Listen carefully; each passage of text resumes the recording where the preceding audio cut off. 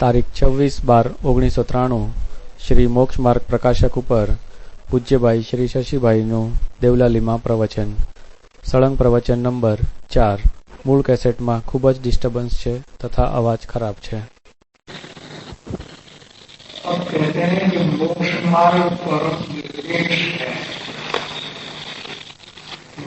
ये शरीर दर्शन ज्ञान कार्य के जो परिणाम है वो परम निरपेक्ष है. परम निरपेक्ष माने क्या कि न तो कोई दूसरे पदार्थ के आधार से वो उत्पन्न होते हैं और कोई राग के आधार से या किसी भी प्रकार की पूर्व प्रकार के कारण से परम निरपेक्ष नियम सार की दूसरी व्याख्या की टीका का आधार दिया है. इस पर नियम परमात्मा तत्व के सम्यक श्रद्धान ज्ञान अनुष्ठान रूप शुद्ध रत्नोत्तरात्मक मार्ग परम निरपेक्ष होने से मोक्ष का मार्ग है और ये शुद्ध रत्नोत्तरे का फल निज शुद्धात्मा की प्राप्ति है. ऐसे परिणामों में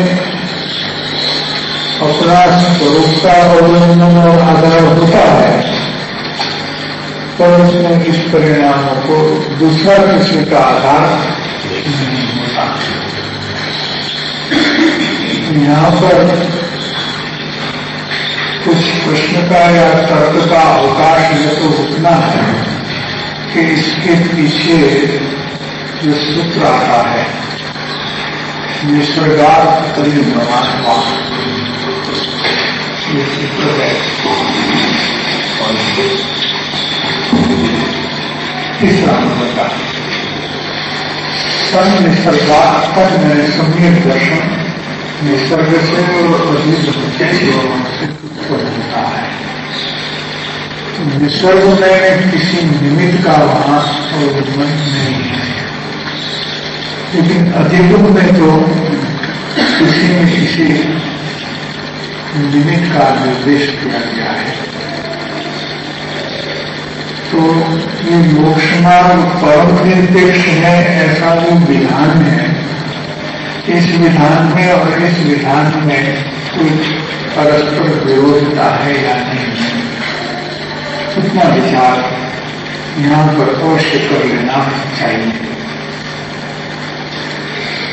अब देखिए तीर्थंकर का एक समूषण है. उसके भगवान और भगवान की वाणी विद्यमान है और ऐसी विद्यमानता में किसी जीव को सम्यक दर्शन की प्राप्ति हो रही है. पर क्या बनता है इस प्रसंग को अधिगमात सम्यक दर्शन उत्पन्न हुआ अधिगम से सम्यक दर्शन उत्पन्न हुआ ऐसा कहने में आता है. तो उस वक्त क्या बना क्या हुआ कि भगवान के वाणी सुनने वाले का उपयोग जब तक वाणी को सुनने में लगा हुआ था तब तक तो सम्यक दर्शन नहीं हुआ. वाणी का तो उपयोग छूट जाता है और वाणी को सुनने का राग विकल्प है उसकी जो उपेक्षा हो जाती है और भीतर में स्वरूप का अवलंबन आता है तब सम्यक दर्शन की उत्पत्ति होती है. तो सम्यक दर्शन की उत्पत्ति एक ही प्रकार से होती है, दो प्रकार से कभी नहीं होती. निसर्गावृत्ति है तो विश्व का अवलंबन से होती है यदि समाज से होते हैं तो भी स्वर्ग का अवलंबन से होते हैं। इसलिए सम्यक दर्शन की उत्पत्ति का बीज ही दो प्रकार के परिणाम की है, ऐसा तो मूल में नहीं है। लेकिन जब ऐसा होता है तो अनुकूल संयोग होता भी है और अनुकूल संयोग नहीं भी होता है। ऐसा निमित्त का सद्भाव और निमित्त का अभाव बाह्य में हो सकता है, अंतर में इससे कोई फर्क पड़ता है ऐसा नहीं पड़ता है। इसलिए मोक्ष मार्ग है वो परम निरपेक्ष है। क्यों? कि मोक्ष मार्ग के परिणाम सम्यक श्रद्धान के, सम्यक ज्ञान के, सम्यक आचरण के सभी परिणाम अंतर्मुख परिणाम है, अंतर्मुखी परिणमन है वो। और अंतर्मुखी परिणमन में बाह्य किसी भी प्रकार के द्रव्य भाव का अवलंबन नहीं रहता। जहां तक बाह्य परिणाम है वहां तक बाह्य निमित्त का अवलंबन रहता है, वहां तक सम्यक दर्शन की प्राप्ति मोक्ष को होती नहीं है। इसलिए मोक्ष मार्ग निरपेक्ष है। मोक्ष मार्ग के परिणाम माने अंतर्मुखी परिणाम प्रधान के ज्ञान के आचरण के। जितने भी परिणाम बहिर्मुख हैं ये मोक्ष मार्ग के परिणाम नहीं है। ज्ञानी के अवसर योग मार्ग के परिणाम है, मोक्ष मार्ग के परिणाम नहीं है। जितने अंश में साधक को बाह्य परिणाम है उतने अंश में मोक्ष मार्ग का अभाव है। जितने अंश में अंतर्मुखी परिणाम है उतने अंश में ही मोक्ष मार्ग है। इतना लेना है। शारीरिक गुण में तो बाह्य परिणाम में राग की उत्पत्ति अवश्य भावी है, लेकिन ज्ञान के परिणाम भी जितने बहिर्मुख हैं वो मोक्ष मार्ग के साधक नहीं होते। ऐसे परिणाम चाहे सदगुरु के प्रति हो, ऐसे परिणाम चाहे साक्षात तीर्थंकर देव विराजमान हो इसके प्रति हो या शास्त्र प्रधान के प्रति हो, ये परिणाम आत्मसाधक नहीं है, आत्मा को साध रहे नहीं है, साधक नहीं है। लेकिन जितने अंश में है उतने अंश में अवश्य बाधक है। श्री गुरु की वाणी सम्यक ज्ञान में कैसे काम करती है? तो ऐसा निमित्त देखने संबंध दिखाने की बात है अधिक वास्तव में जो अंतरंग परिणाम है वहां बाह्य पदार्थ का कोई विषय होता नहीं। इस परिणाम को मोक्ष मार्ग के परिणाम का विषय कौन, इतना ही विचार करे तो मोक्ष मार्ग के परिणाम के विषय भूत एक अपना शुद्धात्मा ही है। इसके अलावा कोई मोक्ष मार्ग के परिणाम का विषय हो सकता नहीं है। कहीं भी जीव हो मोक्ष मार्ग, ये इसका निरपवाद वस्तु स्थिति का कथन है, उसमें कहीं अपवाद नहीं होता।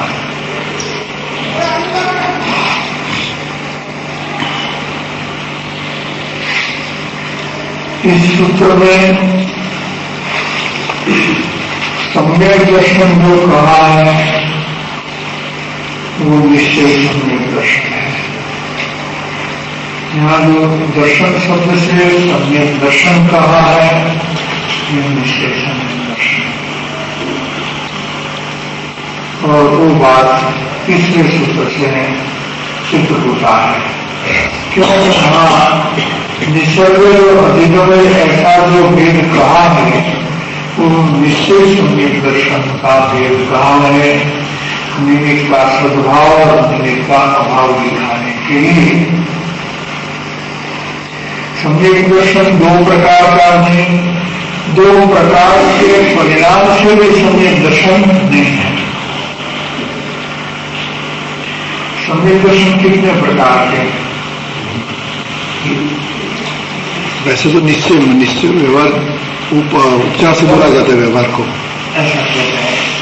और आरंभ वीक्षा में सम्यक दर्शन के भेद तीन प्रकार के बताए जाएंगे, रूक्षम, क्षयोक्षम और दशाई। फिर भी मोकाक्षम है, मोकाक्षोक्षम है और मोकाक्षम है।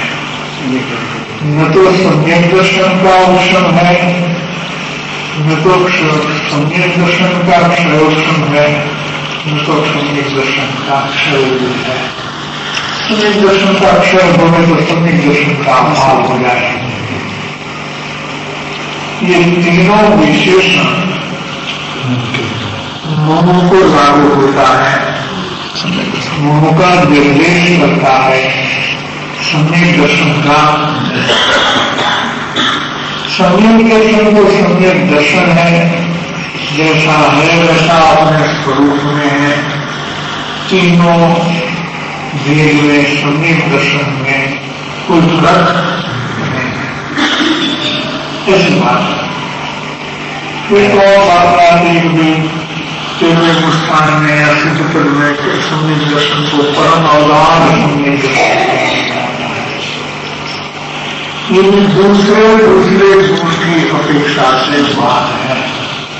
सम्यक दर्शन माने श्रद्धान का स्वभाव को एक साथ पूरी शक्ति से परिणम करने का ही है, ऐसी बात है।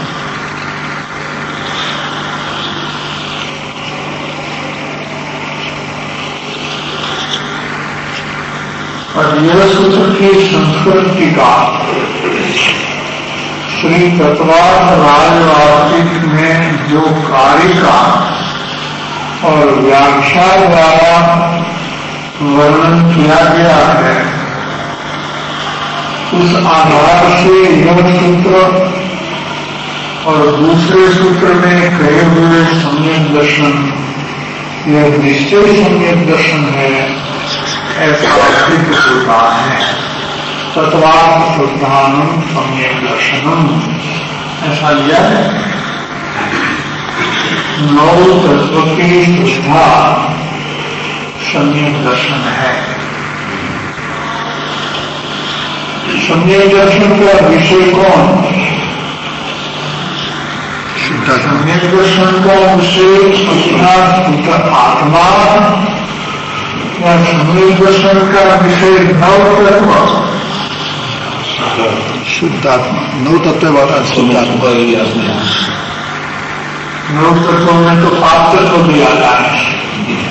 इसको सच्ची तरह से समझे तो आत्मा का समझ हो सकता है, शुद्ध नहीं से। नौ तत्व भूतार्थ नयाश्रित, जब पदार्थ में ज्ञान की पर्याय हो तो सिद्धांत की है, नैतिक की पर्याय ज्ञान की पर्याय शुद्ध ज्ञान का विषय है। भूतार्थ नयाश्रित नौ तत्व का परिज्ञान जिसको होता है, उसको अविनाभावी रूप से सम्यक श्रद्धान होता है। ऐसा दर्शाने के लिए नौ तत्व की यथार्थ श्रद्धा को सम्यक दर्शन कहते हैं, किंतु सम्यक दर्शन का विषय नौ तत्व कभी होता नहीं है। सम्यक दर्शन का विषय तो आत्मा ही होता है। तो ये श्रद्धा की परिभाषा ज्ञान प्रधान है। क्या? ज्ञान प्रधान श्रद्धान का विधान है।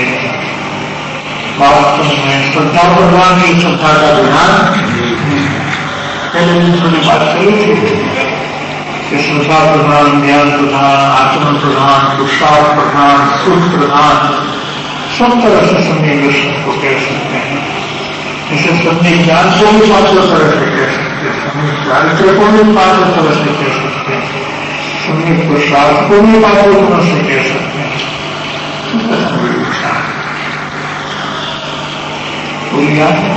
तत्मानुशीलन में दूरी 36 में वो बात सुन लिया।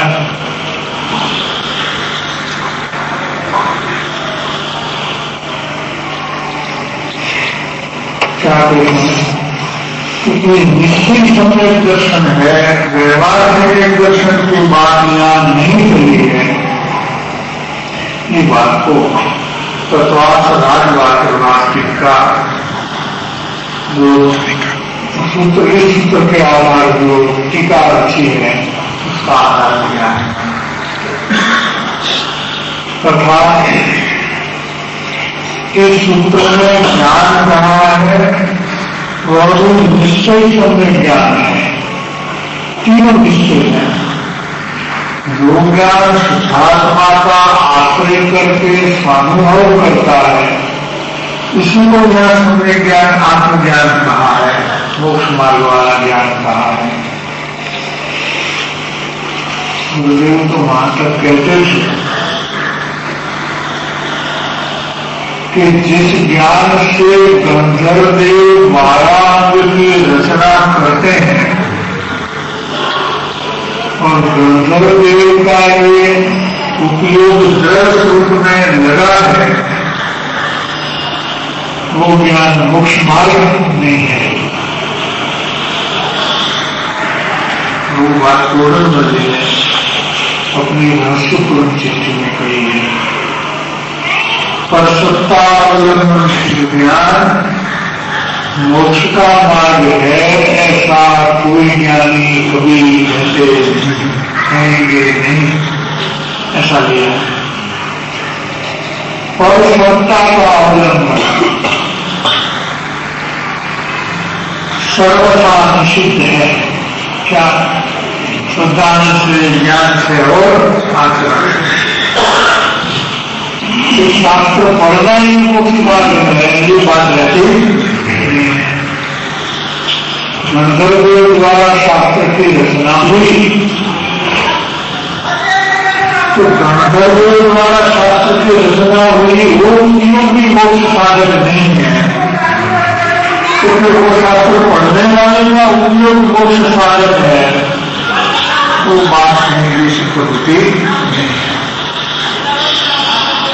उनको शास्त्र नहीं पढ़ेंगे,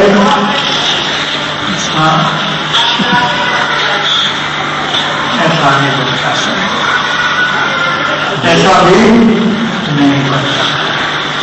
तो उपयोग माना जाता है, उल्लेख होता है, उपयोग कहा जाना, फिर उसको कहा जाना, ऐसा ज्ञान में मुझे रहता है, हमेशा रहता है।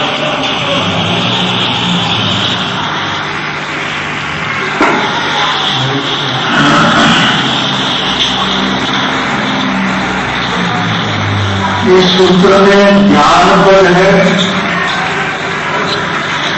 और निश्चय शून्य ज्ञान को सूचित करता है। यानी इस सूत्र में जो ज्ञान बल है वो स्वरूप आसन ज्ञान की बात चली है, कोई परासन ज्ञान की बात नहीं चली है। इसलिए उसको निश्चय सम्यक ज्ञान कहना, व्यवहार ज्ञान की बात। अध्याय इस पहले में, इसी अध्याय में सूत्र 6 सूत्र में ज्ञान का 5 भेद कहा है। ज्ञान के किसी मते सूत्र होना पड़ेगा और केवल उसमें ही मनोपर्य और केवल ज्ञान, उसमें ही मनोपर्य और केवल ज्ञान में आ जाता है। इससे सिद्ध होता है, इसलिए ये सिद्ध होता है कि यहाँ निश्चय सम्यक ज्ञान कहा है। जो सम्यक ज्ञान कहा है वो व्यवहार ज्ञान की बात नहीं है। निश्चय स्वरूप को अवलंबन लेने वाला ज्ञान को निश्चय ज्ञान कहते हैं।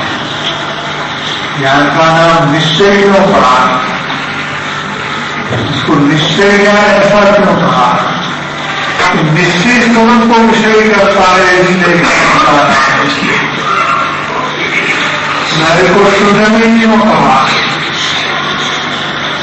शुद्ध स्वरूप को विषय करता है, इसलिए उसको नहीं कहा। ज्ञान तो ज्ञान है, लेकिन जो मैं का विषय है, जो ज्ञान का विषय है, इसी पर से उस ज्ञान के अंश का नाम दिया गया है। जो अनेक प्रकार के नए हैं, इन प्रकृति होती है।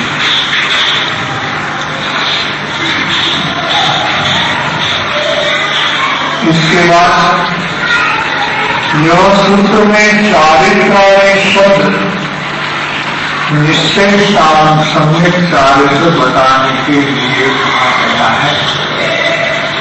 चारित्राणी तीन हुआ, सम्यक दर्शन, सम्यक ज्ञान, सम्यक चारित्र तीन हुआ, इसलिए चारित्राणी ऐसा कहा। वो भी निश्चय सम्यक चारित्र बताने के लिए कहा है। श्री तत्वार्थ राजवार्तिक में यह सूत्र कथित सम्यक दर्शन ज्ञान चारित्र को निश्चय सम्यक दर्शन ज्ञान चारित्र माना हुआ है, क्योंकि व्यवहार सम्यक दर्शन ज्ञान चारित्र आश्रय और बंध रूप है, जबकि ये मोक्ष मार्ग का कथन चल रहा है। व्यवहार के परिणाम पुण्याश्रय के और पुण्य बंध के कारण होते हैं, और निश्चय परिणाम मोक्ष के साधक होते हैं, जो बंध का प्रभाव को कहते हैं।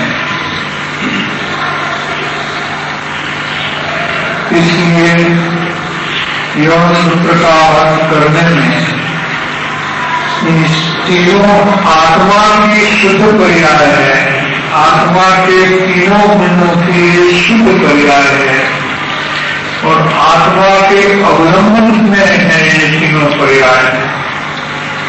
ऐसा तीनों का एकत्व रूप परिणाम को यहाँ मोक्ष मार्ग कहने में आया है। इसलिए कहीं भी बहिर्मुख परिणाम को मोक्ष मार्ग मानने की कल्पना नहीं होनी चाहिए।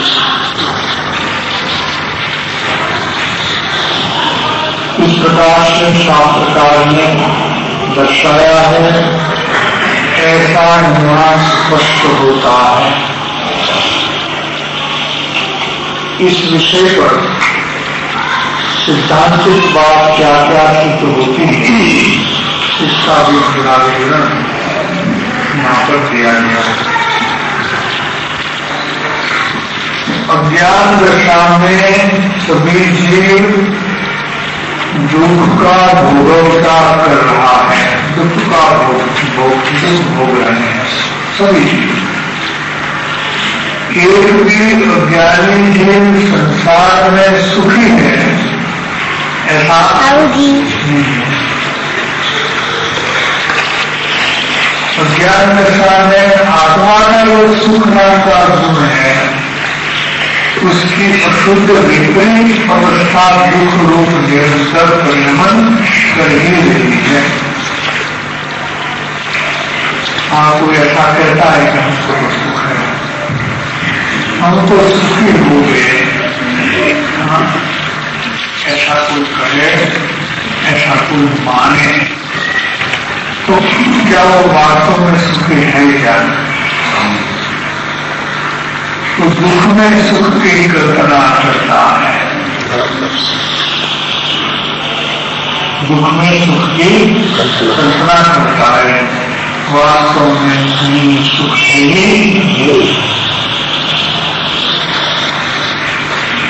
आत्मा सर्वथा अंतर्मुखी पदार्थ होने सर्वथा निरवशेष अंतर्मुखपना रहे, यही इसका स्वभाव स्वरूप होने है। परिणाम जब बाहर निकलता है तो आत्मा को एक झटका लगता है। क्या लगता है? झटका लगता है क्या? आदत बुद्धि तो नहीं लगता है, इसलिए नहीं है ऐसी बात। बाहर जाता है नया झटके से, उसमें दुख ही दुख है, कहीं इसमें सुख नहीं, ऐसी बात।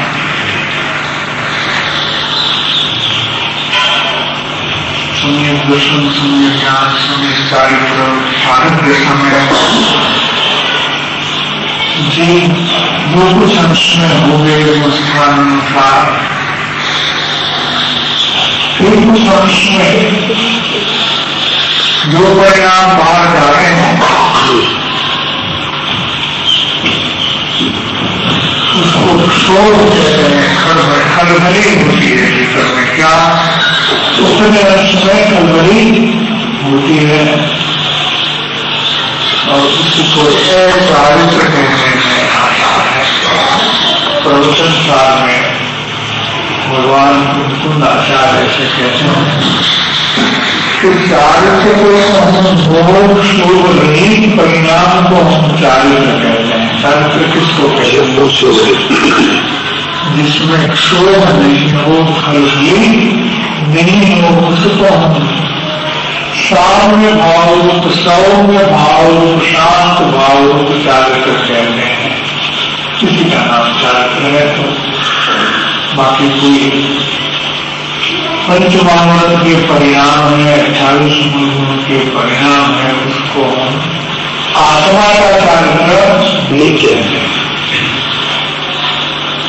दिशा में तो होते हैं कि जितना है उतना वो चारित्र का परिणाम है। कितने चारित्र के हैं? चारित्र का व्यवहार चारित्र मैंने है, चारित्र निश्चय चारित्र मैंने चारित्र, ऐसी बात नहीं। अज्ञान दशा में सभी जीव दुख भोग रहे हैं। इसका कारण यह है कि उनको अपना स्वरूप की भ्रमणा है। क्या है? ज्ञान का प्रयास, उसको भ्रम है, मैं फलाना हूं, आत्मा हूं, ऐसा अनुभव नहीं रहता जिसको। और जो भी क्रमजनित अवस्था है वैसा मैं हूं, ऐसा ज्ञान अज्ञान है और ये नितांत भ्रमणा है। क्योंकि आत्मा ऐसा नहीं, मुझ से आत्मा ऐसा नहीं। इस भ्रमणा को श्रद्धा की अपेक्षा से शिक्षा दर्शन कहने में आता है। भ्रमणा ज्ञान की पर्याय है और उसी वक्त अविनाभावी रूप से मिथ्या दर्शन होने से उसको मिथ्या दर्शन भी कहने में आता है। ज्ञान और मिथ्या दर्शन साथ में होते हैं, सम्यक दर्शन और सम्यक ज्ञान भी साथ में होते हैं।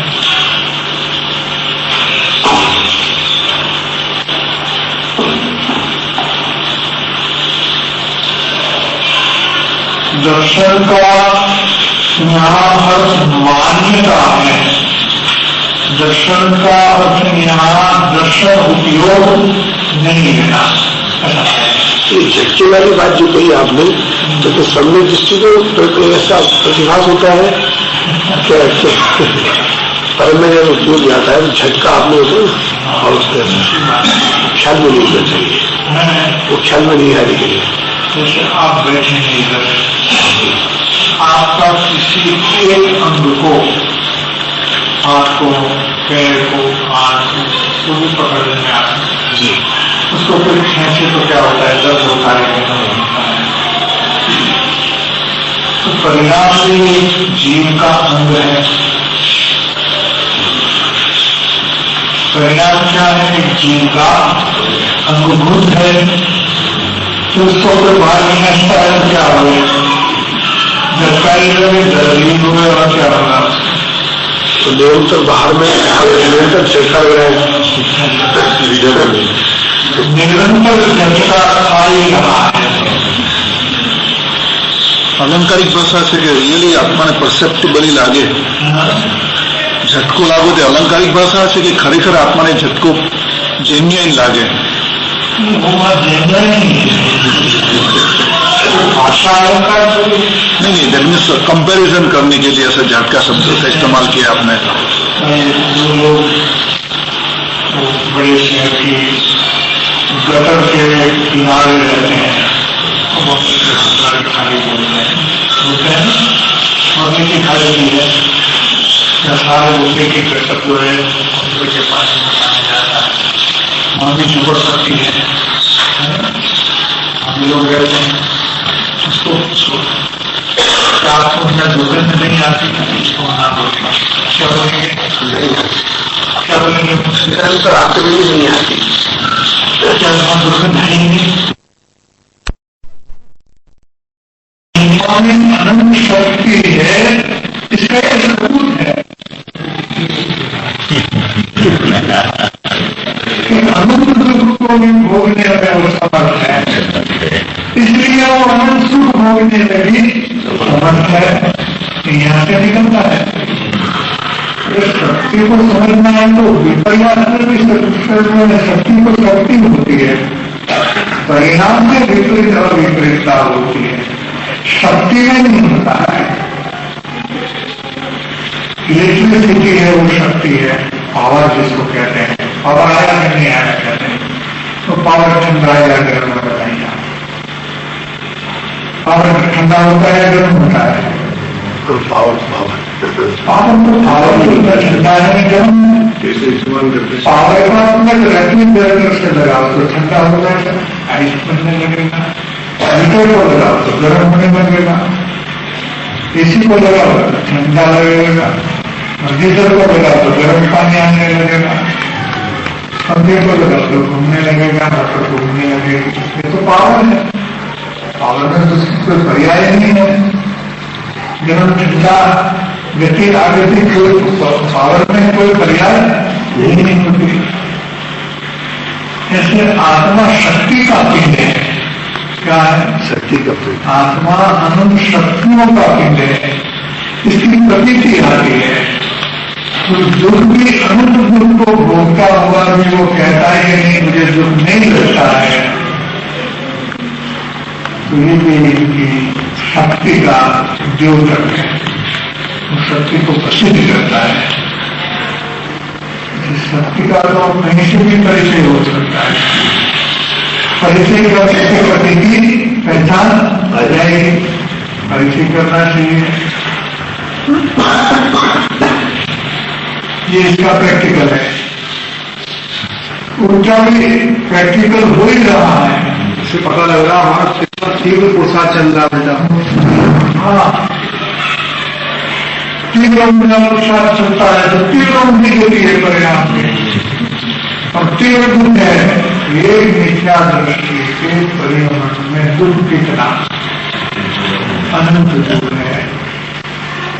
भगवान कहते हैं कि अनंत दुख है, अब तो कहना ज्ञान अनंत दुख नहीं है, थोड़ा ही है, ज्यादा नहीं है।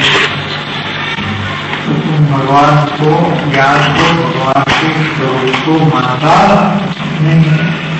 वास्तव में तो है, नहीं लगता है तो आदत बन गई, इसलिए नहीं लगता है, नहीं लगे इसलिए नहीं है, ऐसा है।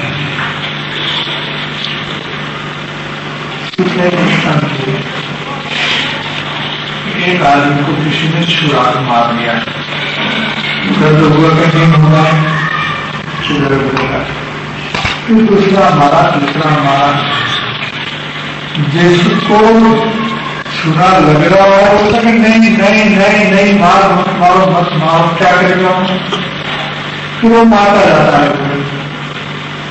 हालत क्या होती है, वो बेशुद्ध हो जाता है।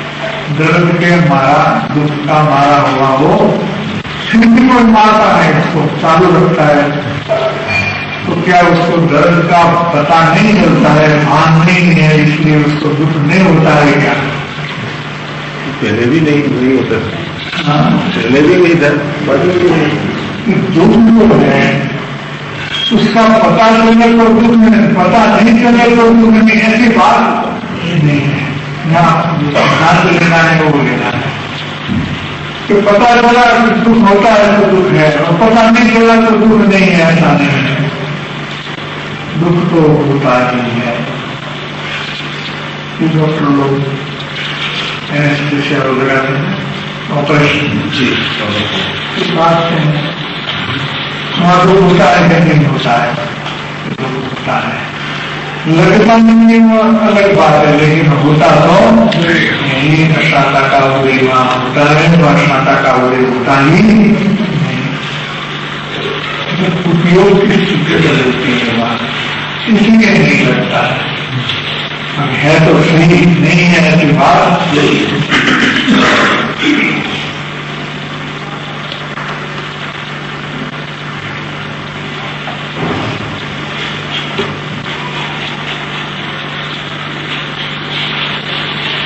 यहाँ मिथ्यादर्शन यानी उल्टी मान्यता, खोटी मान्यता, अपने स्वरूप की खोटी मान्यता, झूठी मान्यता हो, वहाँ अपने स्वरूप का ज्ञान भी जीव को झूठा ही होता है। जहाँ मान्यता झूठी वहाँ ज्ञान भी झूठा, जहाँ ज्ञान झूठा वहाँ मान्यता भी झूठी, दोनों साथ रहता है स्वरूप के विषय में। इस झूठा ज्ञान को मिथ्या ज्ञान कहते हैं। उसकी तो चर्चा अपनी में बहुत चलती है। जैसे ज्ञान किसी अन्य द्रव्य और अन्य भाव को वेदन कर सकता नहीं है, हम कहते हैं कि हमको ठंड लगती है, तो ये मीठा ज्ञान है। अगर ठंड लगती हो तो मुनि दशा में जंगल में कोई रह सकते नहीं, बहुत दुख हो गए उसको, गर्मी में भी बहुत दुख हो गए, सर्दी में भी बहुत दुख हो गए, लेकिन मुनि तो एकदम सुखी मुनि की तरह बहुत सुखी है, बिल्कुल दुखी नहीं है, बहुत सुखी है। इसका मतलब कि ज्ञान को अन्य कुछ लगना होता नहीं है, जानना होता है, लगने का होता नहीं है। ये मिथ्या ज्ञान है। जहाँ स्वरूप की झूठी मान्यता और झूठा ज्ञान हो, वहाँ चारित्र सच्चा हो, ऐसा तो कभी बन सकता नहीं। तो भले ही हमको सभी प्रश्न की खबर नहीं, हमको शास्त्र वचन शास्त्र पढ़े नहीं, तो पंचमहावत पालन करते हैं, इसलिए हमारा चारित्र सच्चा है। हो सकता है कि नहीं? ऐसा हो सकता नहीं। जहाँ सम्यक दर्शन सम्यक ज्ञान नहीं है, वहाँ मिथ्या दर्शन मिथ्या ज्ञान है, और वहाँ चारित्र भी मिथ्या ही होता है। इस मिथ्या, इस झूठा चारित्र को मिथ्या चारित्र कहते हैं। अनादि से जीवन को मिथ्या दर्शन, मिथ्या ज्ञान, मिथ्या चारित्र चला आ रहा है। सभी जीव को तीनों परिणाम होते ही चल रहे हैं। इसलिए जीव अनादि से दुख भोग रहे हैं। इसका फल क्या है? ये बात की चर्चा प्रयोजन का विषय जो सुख है और प्रयोजन का विषय जो दुख है, इस विषय में ले जाते हैं। सम्यक दर्शन, सम्यक ज्ञान, सम्यक चारित्र आत्म सुख का कारण है, और मिथ्या दर्शन, मिथ्या ज्ञान और मिथ्या चारित्र है वो दुख का कारण है। दुख का कारण दरिद्रता नहीं है, दुख का कारण रोग नहीं है, दुख का कारण प्रतिकूलता नहीं है, दुख का कारण नरक नहीं है, सुख का कारण स्वर्ग नहीं है। संपत्ति सुख का कारण नहीं, दरिद्रता दुख का कारण। मिथ्या दर्शन, मिथ्या ज्ञान, मिथ्या चारित्र दुख का कारण, सम्यक दर्शन, सम्यक ज्ञान, सम्यक चारित्र दुख का कारण। यही बात। इसलिए इस विषय को अलौकिक विषय ऐसा कहने में आता है, क्योंकि लौकिक में ऐसी बात नहीं होती। लौकिक में तो सुख की व्याख्या अलग है, दुख की व्याख्या अलग है, यहाँ सुख की व्याख्या बिल्कुल अलग है।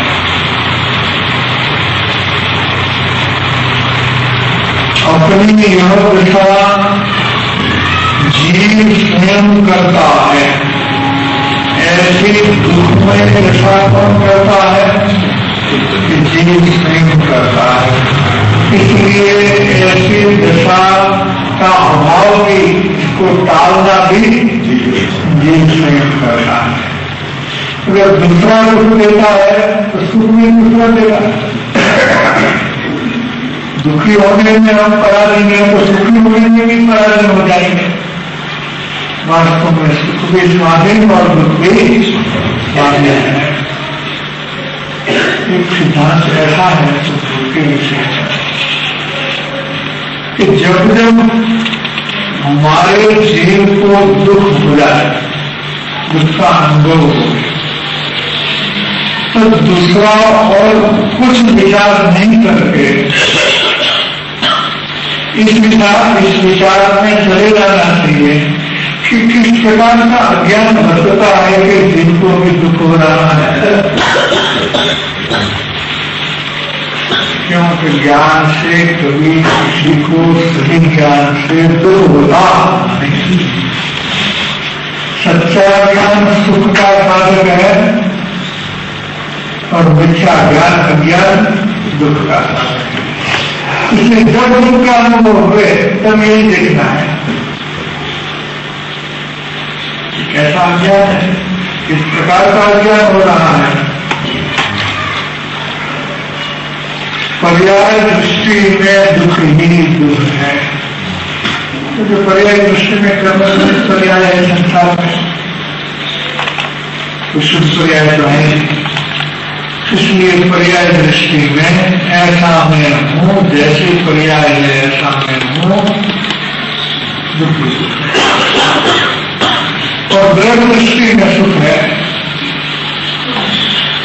क्योंकि सुख का भंडार है ना, तो वहां पर सुख का प्रवाह जो है अनुभव में आता है।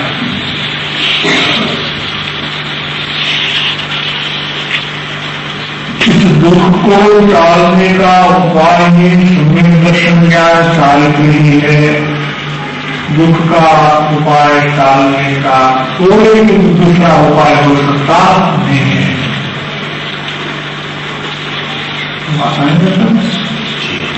बाह्य मार्ग दुख भोगे अंतर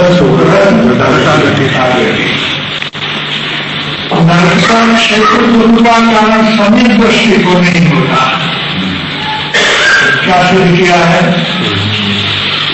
नरक का क्षेत्र सम्यक दृष्टि को दुख का कारण नहीं होता।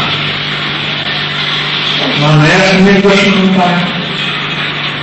सातवीं नरक की अनंती वेदना को उल्लंघन करके उपयोग भीतर में चला जाता है। सम्यक दर्शन, सम्यक ज्ञान, सम्यक चारित्र उत्पन्न हो जाता है और नया को आत्मिक सुख का सिद्ध पद में जो सुख है उसी जाति का सुख का अनुभव वहां होने लगता है। कितनी ताकत है कि सातवीं नारकी का दुख भी वहां दुख का, प्रतिकूलता भी दुख का अनुभव कराने के लिए समर्थ नहीं हुए, क्योंकि इससे दुख नहीं होता था। हमारे यहाँ थोड़ी वेदना होती है तो लगता है कि हमें दुख हुआ, शरीर में रोग आदि को होता है, थोड़ी वेदना से दुख लगता है। वेदना से दुख नहीं हो रहा है, वास्तव में वेदना से दुख नहीं हो रहा, वेदना हमें हो रही है, इसका दुख है। इसका दुख है, वेदना हमको हो रही है, इसका दुख है। वेदना का दुख नहीं है, वो तो ज्ञान कर रही है। ज्ञानी को वेदना होती है तो सुख भाव में रहते रहते वेदना को जानते हैं। क्या सुखी होते होते वेदना का ज्ञान करते हैं, लेकिन वेदना को मेरे में अपने में होती है ऐसा अनुभव करते नहीं।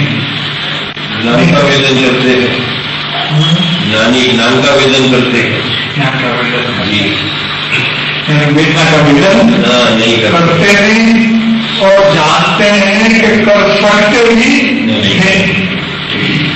जब अशक्य है तो कैसे कर सकते हैं? कर सकते नहीं है।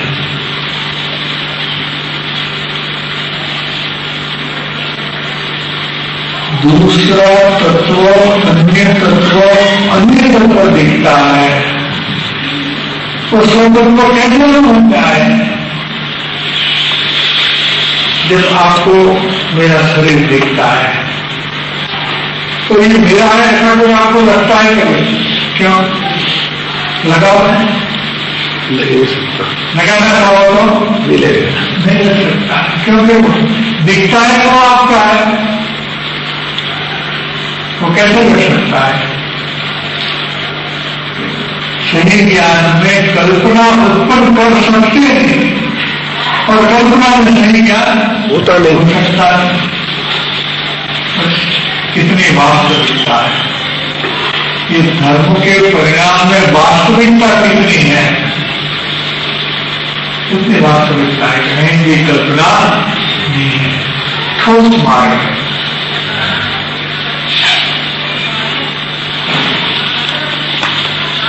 इसलिए दुख को टालने का दूसरा उपाय नहीं है, ऐसा भी यहां सिद्ध होता है। इससे और भी सिद्ध होता है कि वो दुख टालने का दूसरा अन्य उपाय करता है, वो सभी झूठा है। क्या कहता है वो? अब दर्द हो गए तो दर्द का दुख मिटाने के लिए दवाई करना कि नहीं करना, क्या करना? ज्ञान में तो ऐसा होना चाहिए कि मेरे से कुछ नहीं, वो चारित्र मुंह का राग से ऐसा होता है कि मैं दवा लूं। ज्ञान में तो दर्द मुझे मेरे में है ही नहीं। जब दर्द मेरे में नहीं तो दर्द का दुख भी मेरे में नहीं है।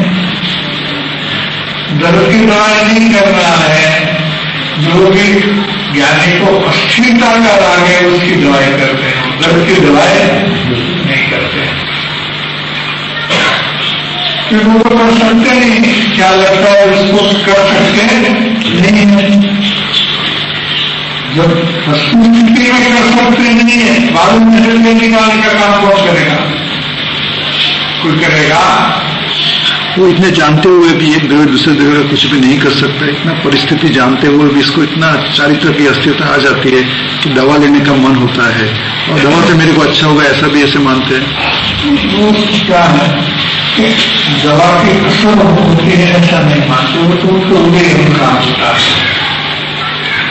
ये परिणाम को बैलेंस रखने के दूसरे परिणाम में क्या परिणाम को कुछ हद से गिर नहीं जाए, इसके लिए उपाय है। तो हटकर तो क्या होगा? परिणाम गिर जाएंगे। अपनी शक्ति के परिणाम शक्ति का नाम आ रहा है, उसी अनुसार उनको बैलेंस करता है, उतनी बात है। ऐसा कभी नहीं जानता कि दवाई लेने से दर्द मिलेगा या अगला जनरेशन में मेरा दुख मिल जाएगा, क्योंकि दुख तो मेरा है ही, मेरे में तो दुख है ही। ऐसी बात ये गजब बात किया आपने, पीछे की बात गजब किया, बैलेंस वाली बात। बैलेंस रखने के लिए परिणाम आते हैं, हट पर कुछ परिणाम इनबैलेंस हो जाएंगे और परिणाम गिर जाएंगे। उसको अपनी शक्ति को जानते हुए थोड़ा वो बैलेंसिंग काम करते हैं, इससे ज्यादा करते नहीं।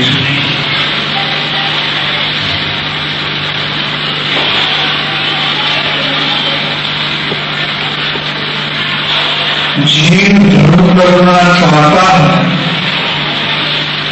किंतु उसे सच्चा उपाय की खबर नहीं होने से यह झूठा उपाय किए बिना रहता नहीं है। धर्म करना चाहता है, सुखी होना चाहता है, लेकिन सच्चा उपाय नहीं मिलता है तो झूठा उपाय कर लेता है। धर्म के बजाय अधर्म की प्राप्ति, सुख के बजाय दुख की प्राप्ति होती है। ऐसा चाहते नहीं है, लेकिन अज्ञान से ऐसा हो जाता है। जानबूझ के कोई करते हैं ऐसी बात नहीं है, लेकिन अज्ञान से ऐसा होता है।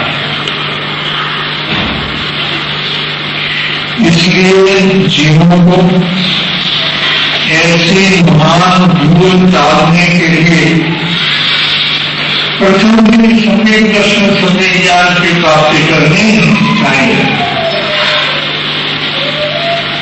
ये सबसे पहली बात है। बहुत बार गुरुदेव को प्रवचन का प्रारंभ भी यहाँ से करते हैं कि योग सुखी होने के लिए है, जीव को सुखी होने के लिए ये बात कह रहे हैं। सुखी माने क्या? हमको संयम मिल जाए वो बात नहीं है यहाँ। अंतर सुख प्रकट कराने के लिए ये बात कहने में आती है। जिसको सुखी होना हो तो इस बात को अंगीकार करे, वरना दुख अनिवार्य रूप से भोगना पड़ेगा। ये बात है। जगत में जितने भी जीव दुख भोग रहे हैं, इन्हीं कारण है कि सुखी होने का रास्ता को ढूंढते नहीं, अंगीकार करते नहीं और जानते भी नहीं। यही कारण से वो दुखी हो रहे हैं, दूसरा कुछ कारण नहीं है।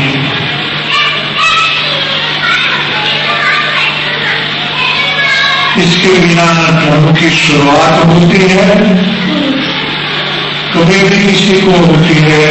इसके बिना समय दर्शन के बिना ऐसा कभी बनता नहीं है और वहां से दुख मिलने का भी कोई रास्ता नहीं है। इतना सुंदर बात है जिनेन्द्र का इत्थम बुद्धवा जिनेन्द्र से मार्ग निर्वाण कारण, मार्ग निर्वाण कारण तो नियम साधता था।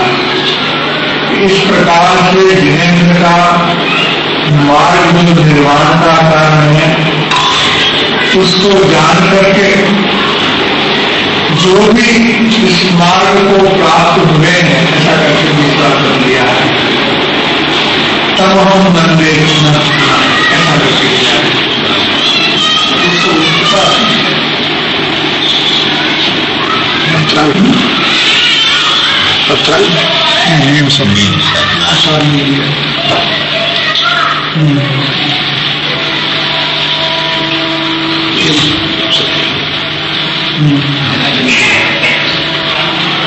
ये पहला चक्राया पूरा होता है।